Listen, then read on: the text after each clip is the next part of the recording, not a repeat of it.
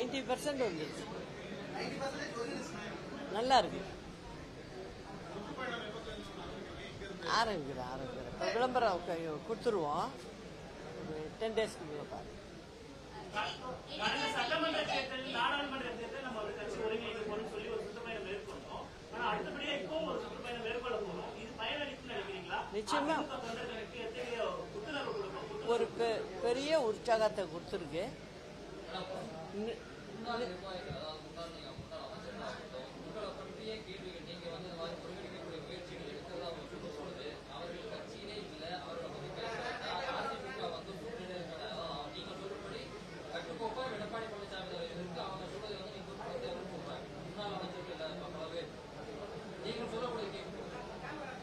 இப்போ நான் புறப்பட்டு போக போறது வெளியில எல்லாருக்கும் தெரிஞ்சுதான் போக போறேன்.